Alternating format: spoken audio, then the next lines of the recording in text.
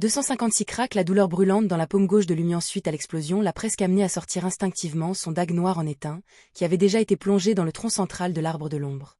S'appuyant sur sa résilience et son expérience de blessures similaires, il s'est battu pour contrôler les réactions réflexes de son corps. Alors que son esprit se vidait de la stimulation, il réussit à se débarrasser des deux désirs imposés par Susannah Matisse. Douleur et rationalité s'entrelacent, engloutissant son esprit, suivi par un torrent terrifiant de scènes. C'étaient les expériences accumulées de l'arbre de l'ombre au cours du dernier millénaire, d'innombrables fragments de désir qui avaient nourri et formé son tronc. Ils représentaient l'avenir potentiel de cet arbre malveillant. Ils ont convergé dans une rivière illusoire couleur mercure, inondant les pensées de Lumian comme un déluge. Non seulement il y avait un nombre écrasant de scènes qui pourraient vaincre n'importe quel Beyondé de basse séquence, mais certaines scènes obligeaient Lumian à les ignorer ou à les ignorer instinctivement, incapable de trouver le courage de regarder ou de discerner. Juste au moment où il pensait que son intellect allait être écrasé par l'immense torrent et réduit à une toile vierge, il réalisa qu'il avait enduré. C'était comme s'il existait un espace supplémentaire capable d'accueillir d'innombrables scènes au-delà des limites. Lumian n'a pas perdu de temps pour choisir le sort qu'il souhaitait échanger. Guidé par son intuition du danger et ses instincts spirituels, il a sélectionné une scène. Une racine vert brunâtre s'étendant vers les profondeurs d'une ancienne structure, dévorée par une flamme invisible qui brûlait silencieusement dans l'obscurité, projetant une lueur étrange sur la zone. Avec un craquement, la racine de l'arbre s'est cassée et est descendue dans l'ombre. Des flammes violettes firent surface, se transformant rapidement en une couleur indiscernable à l'œil nu. En un instant, il s'est dissipé, ne laissant aucune trace. Lumian a retiré Fallon Mercury et a exercé toutes ses forces pour ouvrir ce destin, mais il est resté insensible. Swoosh, swoosh, swoosh. Des troncs d'arbres vert brunâtre, pas excessivement épais, se précipitaient vers Lumian comme des javelots lancés avec précision par un peloton de soldats. Chacun possédait le potentiel d'empaler et d'embrocher une cible sur les racines noueuses des arbres. Dans la canopée éthérée de l'arbre, les yeux émeraudes de Susannah Matisse s'écarquillèrent alors qu'elle tentait d'utiliser diverses capacités liées au désir, que ce soit pour le sexe, la nourriture, l'avidité ou le jeu d'acteur, mais en vain. Optant pour les pouvoirs de l'esprit de l'arbre, elle avait pour objectif de porter un coup physique. Liée à l'arbre de l'ombre, les méthodes à sa disposition étaient bien plus puissantes que celles de ses homologues qui comptaient sur les arbres ordinaires comme compagnons. Même si elle doutait encore que la soi-disant lame maudite puisse nuire à l'arbre de l'ombre, la confiance et les performances de Lumian la laissaient quelque peu mal à l'aise. Inconsciemment, elle pensait qu'il était plus sage de perturber ce qu'il faisait. Elle préfère pécher par excès de croire que cela est sérieusement nocif et prendre des précautions excessives à l'avance plutôt que d'être négligente et d'être témoin de changements prévus et de la possibilité d'un échec. Le premier gaspillerait tout au plus une certaine quantité de force et d'énergie, retardant un peu l'achèvement du rituel. Cette dernière pourrait entraîner des changements qu'elle ne souhaitait pas voir et aboutir à un échec. Même si la probabilité était faible, elle devait prendre des mesures préventives. Elle ne pouvait pas attendre que cela se produise avant de tenter d'y remédier. La robe de chair enveloppant le corps de Lumian se contracta brusquement, diminuant sa taille et évitant la majorité des troncs d'arbres en forme de javelot. Deux d'entre eux ont atterri sur les épaules gauche et droite de Lumian, le laissant incapable d'esquiver ou de s'échapper. La chair et le sang constituant la robe agissaient comme des soldats disciplinés recevant un ordre. Ils se précipitèrent vers la frappe imminente, construisant des couches de coussins couleur sang. Avec un impact retentissant, les couches de chair furent transpercées par les deux lances d'arbres vert brunâtre. De plus en plus de chair surgit, remplissant précipitamment le vide. Bien que le doigt de Monsieur K se soit transformé en une robe de chair et de sang pour atténuer les dégâts, les jambes de Lumian se sont pliées sous la force semblable à celle d'un marteau, le faisant tomber en arrière. À ce moment-là, il sentit le sort de la racine de l'arbre vert brunâtre, qui avait été brûlée par les flammes invisibles, relâcher son emprise. Le pouvoir illusoire qui le détachait n'appartenait pas uniquement à Lumian, mais aussi à sa poitrine gauche, émanant d'une source inconnue. Serrant les dents, Lumian utilisa l'élan de sa chute pour attiser laborieusement ce sort. Avec beaucoup de difficultés, il le transforma en gouttelette de mercure et l'échangea contre le sort de rencontrer le fantôme de Montsouris, stocké dans le dague noir en étain. Avec un craquement net, les fractures se sont propagées à travers Fallon Mercury, comme s'il luttait pour supporter le fardeau du destin. Certaines fractures étaient anormalement longues, d'autres étaient délicates et certaines traversaient directement la lame. Avec un bruit sourd, Lumian s'est effondré sur les racines enroulées des arbres retranchés dans le sol, se libérant des forces persistantes des javelots des arbres vert brunâtre. Son épaule palpitait de douleur, mais il restait physiquement indemne.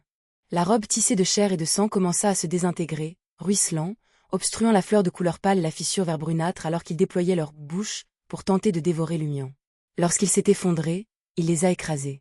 Avec un boom retentissant, des flammes pourpres ont éclaté, consumant les entités malveillantes.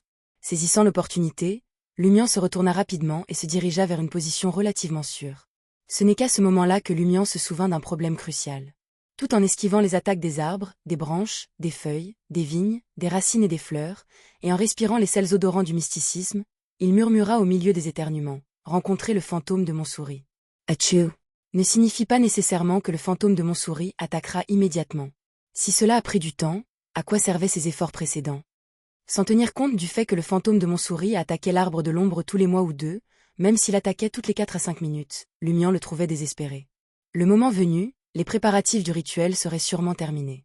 La cérémonie sacrificielle aurait déjà commencé. Sous le regard vigilant du dieu maléfique, l'arbre mère du désir, il y avait de fortes chances que le fantôme de Montsouris choisisse d'attendre un peu avant de revenir, en se basant sur ses schémas antérieurs. La voix majestueuse de Termiboro résonna à nouveau dans le corps et les oreilles de Lumian. Ça approche. C'est un destin destiné. Dans la canopée éthérée de l'arbre, Susanna cessa ses attaques sur Lumian.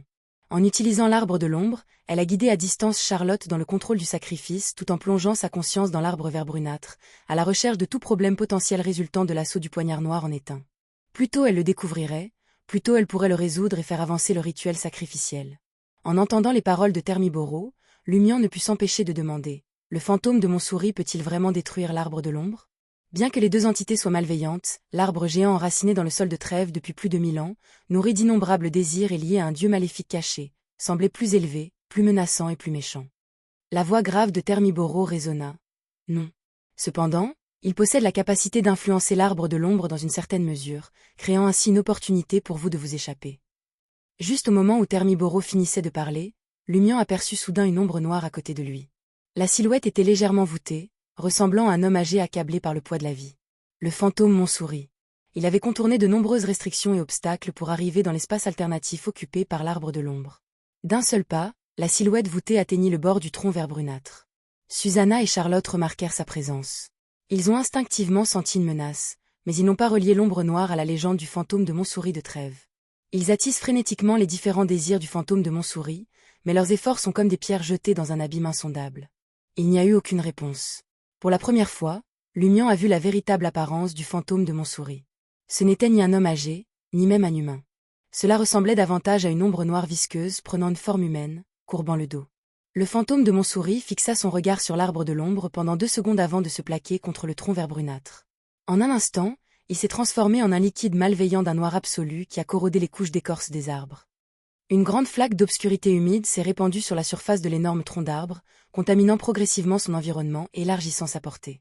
En quelques instants, toute la partie inférieure de l'arbre de l'ombre fut envahie par l'ombre noire, rendant les attaques de Susanna Matisse et Charlotte Calvino vaines. La seconde suivante, le ciel bleu et les nuages blancs semblables à une peinture à l'huile, ainsi que le sol entrelacé de racines d'arbres, tremblaient visiblement comme s'ils subissaient un violent tremblement de terre. De légères fissures illusoires sont apparues à la surface du tronc d'arbre, sur le sol et même dans le ciel. Certains d'entre eux se sont lentement élargis, révélant des aperçus de la rue au-delà, un microcosme déformé de chaos influencé par les branches, les vignes et le désir. « Soyez prêts » résonna la grande voix de Termiboro dans les oreilles de Lumian. Réalisant qu'elle ne pouvait pas arrêter le fantôme de Montsouris et que la situation se détériorait rapidement, Susanna Matisse affichait une expression de ressentiment et récitait une incantation dans l'ancien Hermès. « Fils du dieu qui n'aurait jamais dû naître, tu es une cage pour la malédiction emprisonnante, un mal qui érode l'histoire. J'implore ton aide. » À l'instant où Susanna Matisse a fini de parler, les branches sous la cime éthérée de l'arbre ont commencé à sécréter un liquide visqueux et d'un noir absolu. Il ressemblait de façon frappante au liquide noir assumé par le fantôme de Montsouris, mais il y avait une distinction significative. Il possédait un plus grand degré de chaos, de frénésie et de méchanceté. Presque simultanément, des crânes blancs pâles et mal formés, des globes oculaires jaunâtres entrelacés de veines épaisses, des langues écarlates dégoulinantes de plus répugnants et des objets indescriptiblement grotesques qui induisaient la folie par la simple vue ont germé du liquide sécrété par le tronc d'arbre. Dans la nature sauvage, où Madame Judgment et Lady Moon se sont engagées dans leur bataille acharnée, la rue Anarchie et d'autres endroits étaient dispersés. L'arbre vert brunâtre se balançait de façon menaçante, tandis que de minuscules fissures qui semblaient percer le tissu même de la réalité se répandaient sur sa surface et ses environs.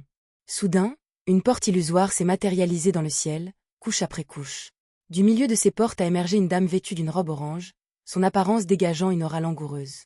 Des vers émettant une lumière resplendissante d'étoiles se tortillaient dans et hors de son visage, obscurcissant ses véritables traits au discernement.